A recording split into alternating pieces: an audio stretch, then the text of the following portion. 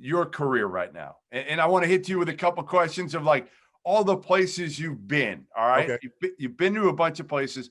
I love traveling overseas. I love it. Like, this is killing me last summer that we couldn't go anywhere. You know, my wife and daughter, we've done Italy a couple times. We've done Greece, you know, Spain, you name it. And I love it. I love it. What's your favorite place that you've been, your favorite country, your favorite city, and why? I feel like I have to be careful because I have friends that are listening and they're like, you know, they're overseas. So I don't want to, you know, disappoint any Olympiacos fans or Yep. wherever but the best places that I've lived have to be Athens. It will be number one for sure. It's the closest thing to being similar to kind of New York. You get 4 seasons. It's a very business savvy place. There's a lot to do, especially in the nightlife. People are always out and going. It's not overly expensive. I really love the people in Greece, though. The weather there year round is awesome. The people, the food. I was there these last few months from October till December, and it was so different. I mean, I still enjoyed it, but as far as being in the middle of a lockdown, that's why, like, you know, I was talking to my dad last night, and he's like, you know, what are you planning on doing with your basketball career? You know, I'm still keeping the door open, but I'm like, I have no interest in going overseas and being in a lockdown. Why would you?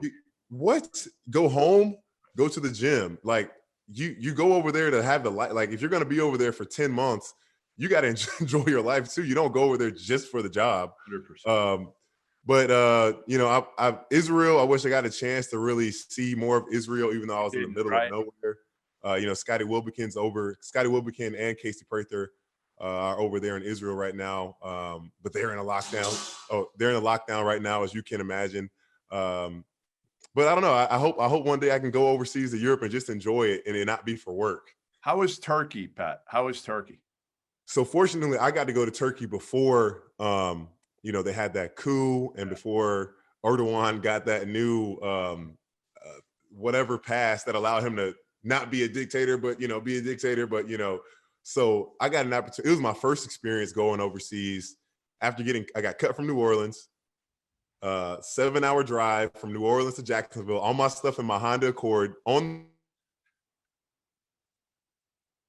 my parents. What am I going to do? You got this opportunity to, you know, $200,000 to go play in Turkey, or you go to the G League. Yep. And we're like, you know what? G League is awesome, but let's get some guaranteed money. So because the struggle in the G League is real, man. They're not making much money. At that point, it was like $25,000 a year. It was $25,000 a year. I think there's only 2 players making that. You know, riding the bus, not great living situation. Right. So I was like, you know what? I'm gonna take the jump and just do something crazy. Yeah.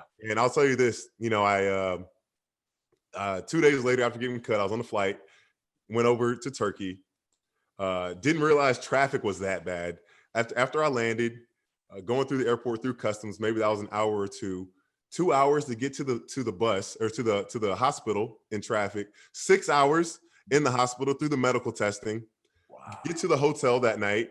You know, one thing I knew about Turkey was that, you know, they're Muslims, so they pray 5 times a day. And I was like, I really respected that, me being a guy of faith, that they really take priority in that. But I had no idea it was played on the megaphones, you know, 5 times a day. No. So when the first prayer came on at 5:30 in the morning, so loud, like in my hotel, I thought somebody broke in and was trying to kill me. So going through all of that, they asked me to play the next day. We had shoot around. We had, you know, the plays were very simple, but it's like, dude, I got like 2 hours of sleep.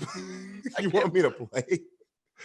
I got 0 points and 1 rebound that first game. And I'm like, man, these fans probably are going to like hate me after this first game. Like, what kind of player did they just get? And fortunately, I got some rest the next day, had a really good game. And for me, the rest was history. But I really did enjoy Turkey.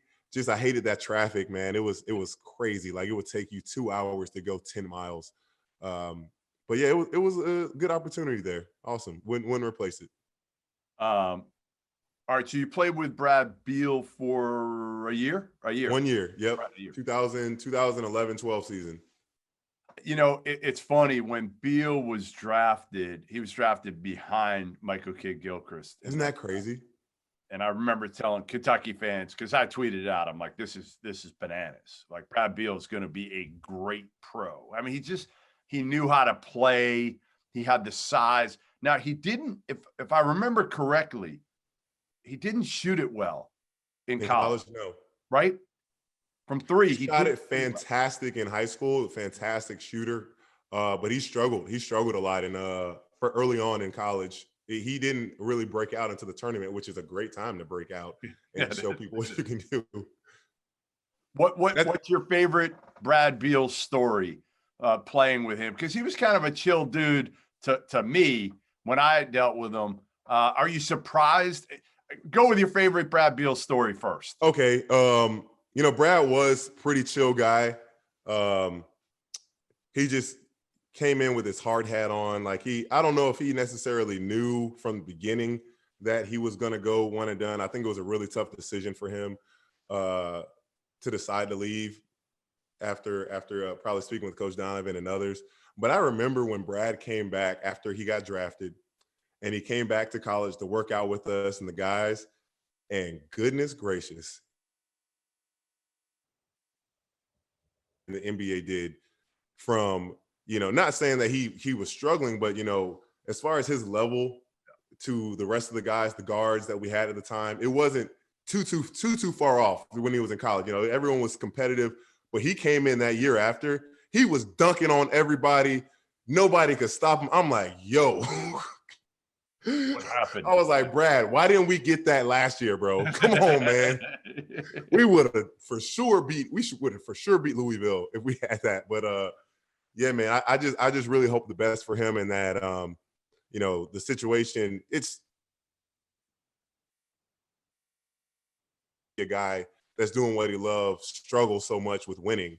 Yeah. And I hope somehow in his career that can turn around.